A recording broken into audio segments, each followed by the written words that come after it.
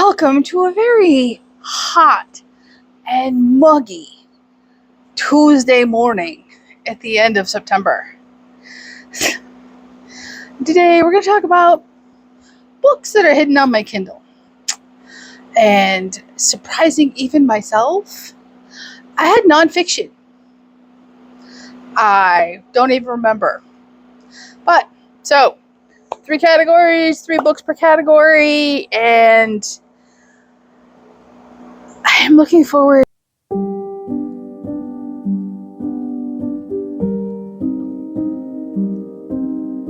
to all of them. So first up, let's do the nonfiction books. The first book would be The Eagle in the Heart by Helen Castor.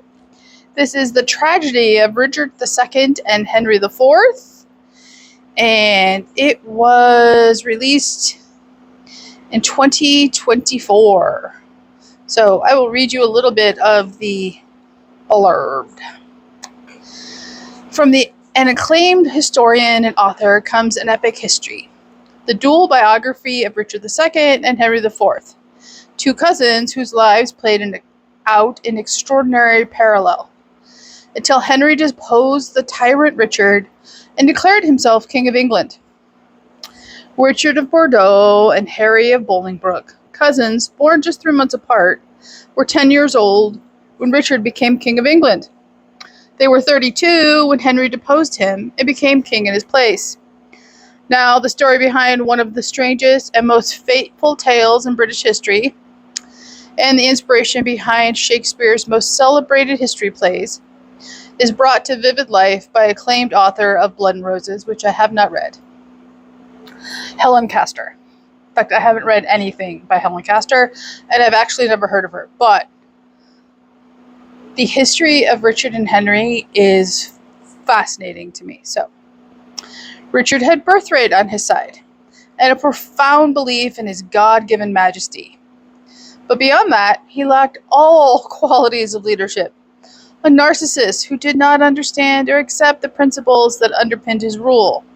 He was neither a warrior defending his kingdom, nor a lawyer whose justice protected his people. Instead, he declared that his laws were in his own mouth and acted accordingly. He sought to define treason as any resistance to his will and recruited a private army loyal to himself rather than the realm. And he intended to destroy those who tried to restrain him. Henry was everything Richard was not. A leader who inspired both loyalty and friendship. A soldier and a chivalric hero. Dutiful, responsible, principled. After years of tension and conflict, Richard banished him and seized his vast inheritance. Richard had been crowned king, but he had become a tyrant.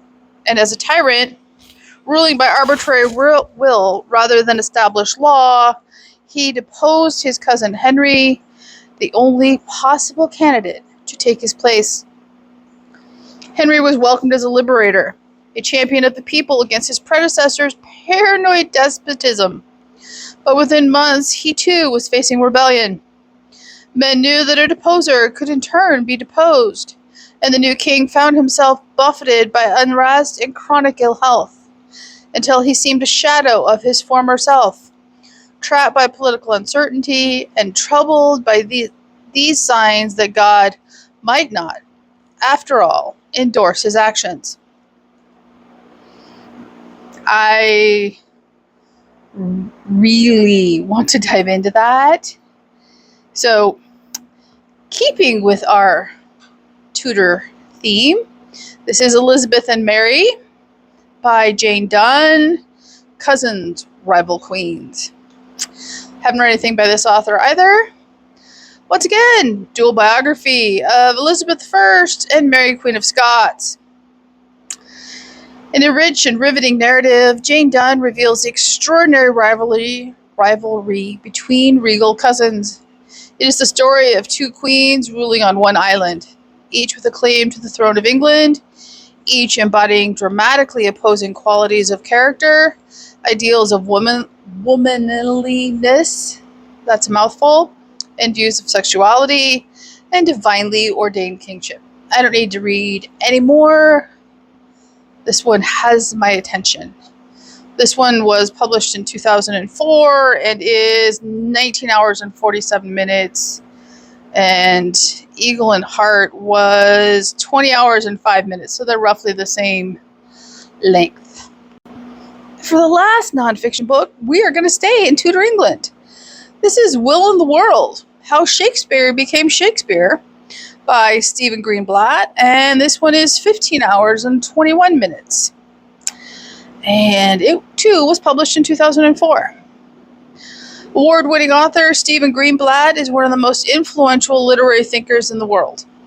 An acclaimed interpreter of Shakespeare's works, his ideas have changed the way countless people approach the classics. Now Greenblatt's uniquely brilliant voice delivers a magnificent biography of the bard himself. It is impossible to have any understanding of literature and not be familiar with William Shakespeare. He has influenced Western man without wealth, connections, or university education, moved to London and quickly became the greatest playwright of all time. In this emerging narrative, Elizabethan England is reawakened, and we at last understand how Shakespeare became a legendary figure.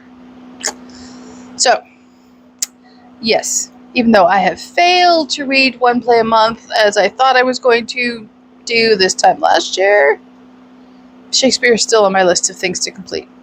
Okay, next up would be the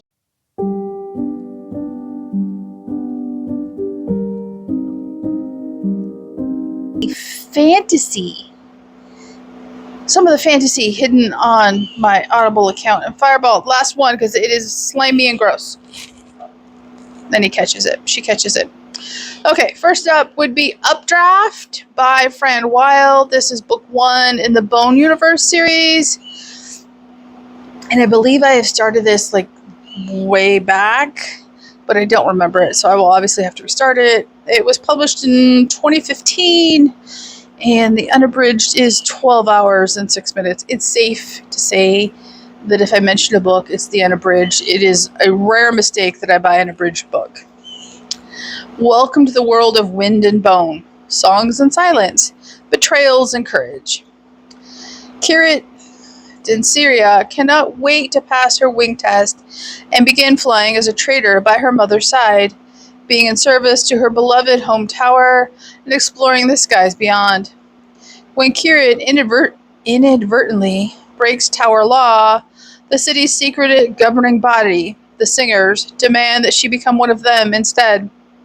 In an attempt to save her family from greater censure, Kirit must give up her dreams to throw herself into the dangerous training at the Spire, the tallest, most forbidding tower, deep at the heart of the city.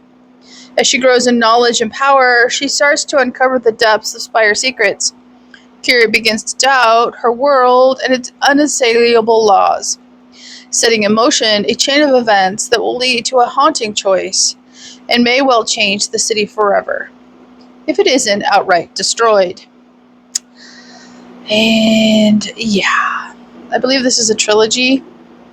Let me see here. I'm right, it is a trilogy. And it appears to be finished. So, okay, second book for fantasy is Tinker by Wen Spencer. This is the first book in the Elfhome series, and this is 13 hours and 32 minutes. Move over, Buffy. Tinker not only kicks supernatural butt, she's a techie genius too. Inventor, girl genius Tinker lives in near future Pittsburgh, which now exists mostly in the land of elves. She runs her salvage business, pays her taxes, and tries to keep local ambient level of magic down with gadgets of her own design. When a pack of wargs chases an elven noble into her scrapyard, life as she knows it takes a serious detour. Tinker finds herself talking on the Elven Court, the NSA, the Elven Interdimensional Agency, technology smugglers, and a college-minded xenobiologist as she tries to stay focused on what's really important, her first date. Armed with an intelligence the size of a planet, steel-toed boots, and a junkyard dog attitude, Tinker is ready to kick butt to get her first kiss. And I believe this is a trilogy 2. It was published in 2014. I am wrong. It is currently 6 books. Last one was published in May of 2025. So, okay. Last fantasy book. This is The Strange Case of the Alchemist's Daughter by Theodora Goss. It is the first book in the Extraordinary Adventures of the Athena Club series, which is currently three books, trilogy. It looks like it's complete. I will tell you that I have been wanting to read this book a lot lately. My library doesn't have it. It isn't on Kindle Unlimited. I do not remember buying this book, and yet I did. So once again, this series has saved my tuchus because I found it. And it was published in 2017, and it is 13 hours and 38 minutes. And it is the 2018 Audie Award for Fantasy winner. Based on some of literature's horror and science fiction classics, this is the story of a remarkable group of women who come together to solve the mystery of a series of gruesome murders, and the bigger mystery of their own origins. Mary Jekyll, alone and penniless following her parents' deaths, is curious about the secrets of her father's mysterious past. One clue in particular hints that Edward Hyde, her father's former friend and a murderer, may be nearby, and there is a reward for information leading to his capture. A reward that would solve all of her immediate financial woes. But her hunt leads her to Hyde's daughter, Diana, a feral child left to be raised by nuns. With the assistance of Sherlock Holmes and Dr. Watson, Mary continues her search for the elusive Hyde and soon befriends more women, all of whom have been created through terrifying experimentation. Beatrice Rappaccini, Catherine Moreau, and Justine Frankenstein. When their investigation leads them to the discovery of a secret society of immoral and power-crazed scientists, the horrors of their past return. Now it is up to the monsters to finally triumph over the monstrous. Yeah. You know, when I finish my current audiobook, that is probably the one I am picking up. Okay, so next up is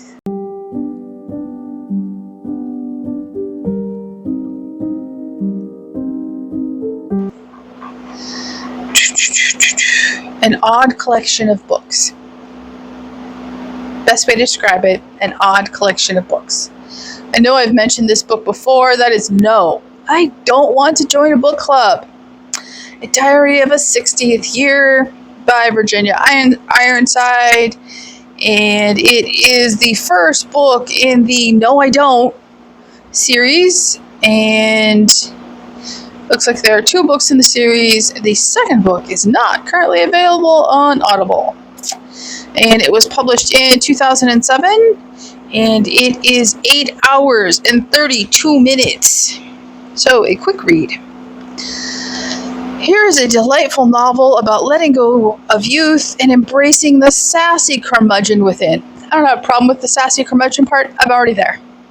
Don't harass her about parasailing or taking Italian language courses. Forget about suggesting she join a gym. Marie Sharp may be a little creaky in the bones as she heads towards the big 6-0, but she's fine with it.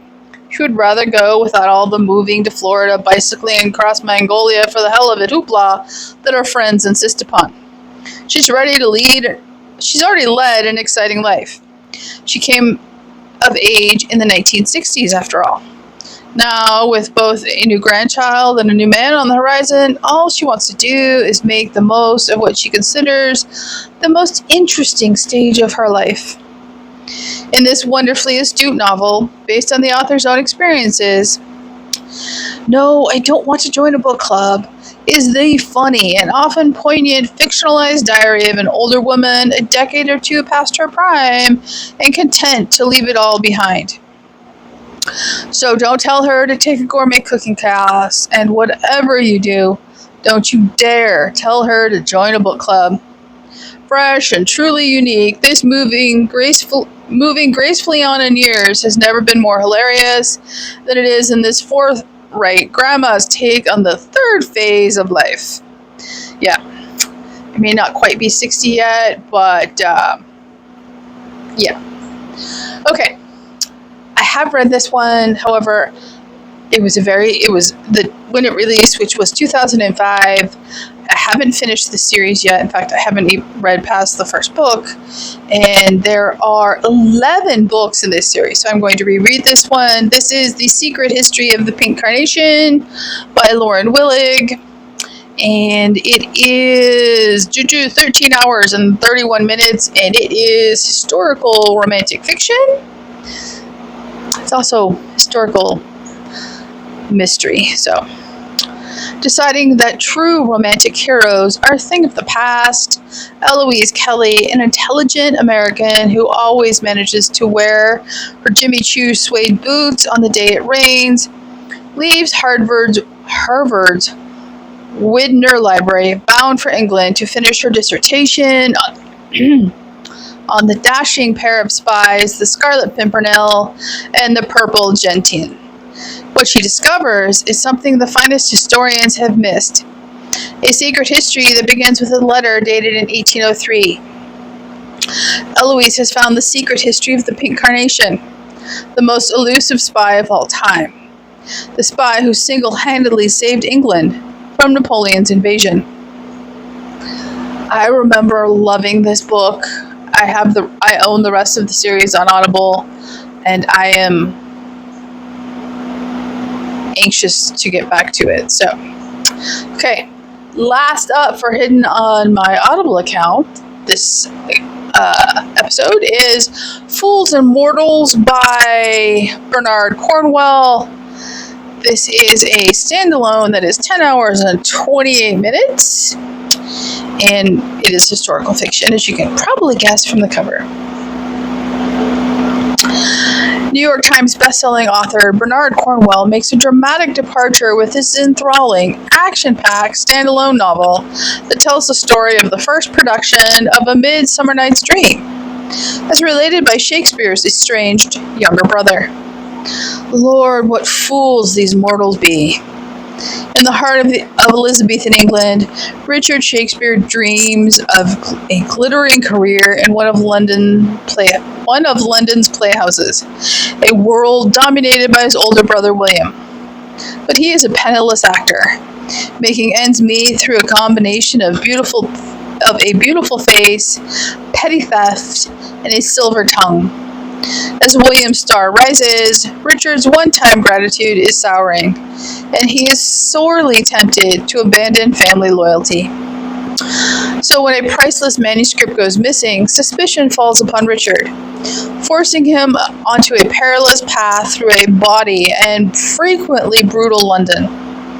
Entangled in a high-stakes game of duplicity and betrayal that threatens not only his career and his potential fortune, but also the lives of his fellow players, Richard has to call on all he has now learned from the brightest stages and the darkest alleyways of the city.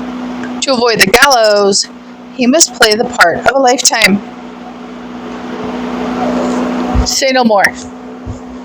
Probably be a perfect companion piece in juxtaposition to the Stephen Greenblatt nonfiction. So, okay, that is this installment of Hidden on my Audible account. And I